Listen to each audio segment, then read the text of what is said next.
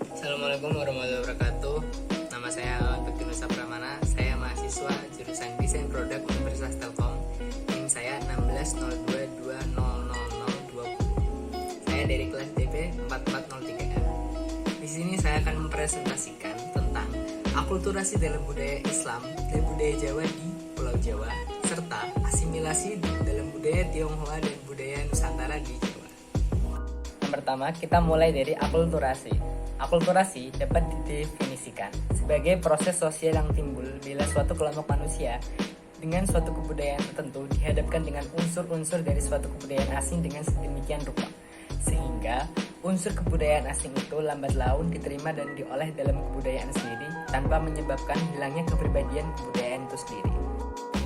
Akulturasi sendiri ada berbagai macam bentuk. Ada 6. Yang pertama, substitusi, sinkretisme, penambahan, penggantian, originasi, dan rejection. Dan faktor yang mendukung terjadinya akulturasi terbagi menjadi 2 faktor, yaitu faktor eksternal dan internal. Dan faktor eksternal yang mempengaruhi terjadinya akulturasi adalah sebagai berikut. Menurut Denny Ahmad Saibani, tahun 2012-191, adapun dampak dari akulturasi adalah sebagai berikut. Salah satu contoh akulturasi dalam seni rupa. Banyak sekali bangunan-bangunan Islam yang dihiasi dengan berbagai motif ukir-ukiran. Seperti ini.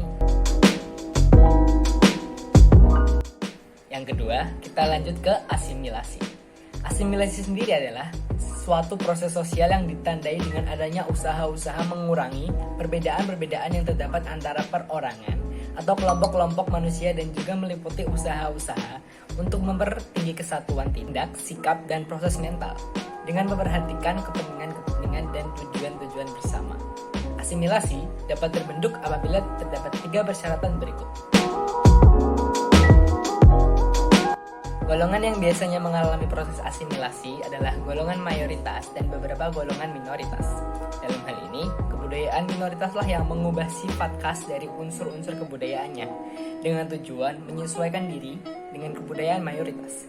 Sehingga lambat laun kebudayaan minoritas tersebut kehilangan kepribadiannya, kebudayaannya dan masuk ke dalam kebudayaan minoritas.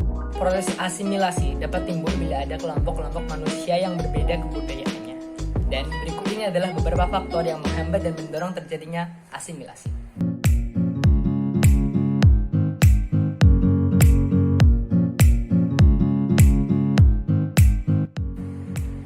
Akulturasi dari budaya Islam dan budaya Jawa di Jawa. Wayang lahir dari para cendekia nenek moyang suku Jawa di masa silam. Pada masa itu, wayang diperkirakan hanya terbuat dari rerumputan yang diikat sehingga bentuknya sangat sederhana. Dan budaya dakwah adalah suatu proses penyampaian, ajakan, atau seruan kepada orang lain atau kepada masyarakat agar mau memeluk, mempelajari, dan mengamalkan ajaran agama secara sadar, sehingga membangkitkan dan mengembalikan potensi fitri orang itu, dan dapat hidup bahagia di dunia dan di akhirat. Adanya doktrin Islam yang melarang untuk menggambarkan makhluk hidup dan kemewahan, maka pada zaman awal Islam di Nusantara, ada berbagai cabang kesenian yang kehilangan daya hidupnya, dibatasi atau disamarkan. Namun demikian, ada juga seni yang berasal dari zaman Hindu Buddha yang terus berlangsung walaupun mengalami penyesuaian dengan nilai-nilai Islam. Salah satunya adalah wayang. Seni wayang dilakukan dengan dibuatkan cerita-cerita yang mengambil tema-tema Islam. Namun sayangnya, budaya dakwah dan pementasan wayang di era modern ini telah kehilangan eksistensinya. Dulu, pementasan wayang selalu ramai dengan didatangi penonton. Mereka yang datang untuk menonton terdiri dari berbagai usia. Namun seiring berkembangnya zaman dan teknologi, kini pementasan wayang sudah sulit ditemukan. Asimilasi budaya Tionghoa dan budaya Nusantara di Pulau Jawa. Wayang Potehi merupakan seni pertunjukan boneka tradisional asal Fujian, Tiongkok Selatan. Potehi sendiri berasal dari kata po yang artinya kain, te yang artinya kantong, dan hi yang artinya wayang. Secara harfiah bermakna wayang yang berbentuk kantong dari kain, meskipun ada beberapa bagiannya yang terbuat dari kayu. Dan gamelan adalah alat musik tradisional yang berasal dari Jawa.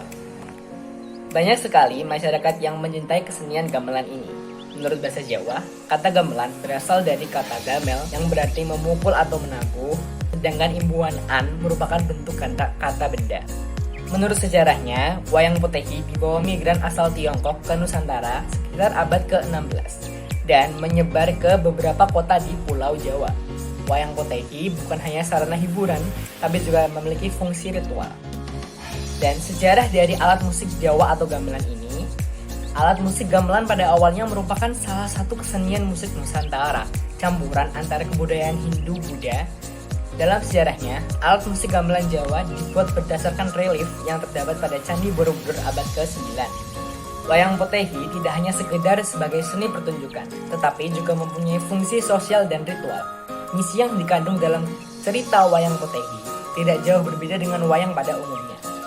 Salah satu bentuk asimilasi budaya Tionghoa yang dilahirkan di Jawa adalah seni sastra dan wayang.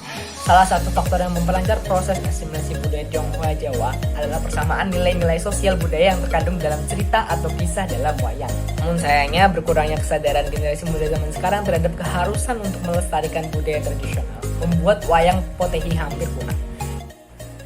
Kesimpulan, akulturasi dapat didefinisikan sebagai proses sosial yang timbul bila suatu kelompok manusia dengan suatu kebudayaan tertentu dihadapkan dengan unsur-unsur dari suatu kebudayaan asing dengan sedemikian rupa. Dan asimilasi adalah suatu proses sosial yang ditandai dengan adanya usaha mengurangi perbedaan-perbedaan yang terdapat antar perorangan atau kelompok. Di Indonesia sendiri, kebanyakan budaya berasal dari akulturasi dan asimilasi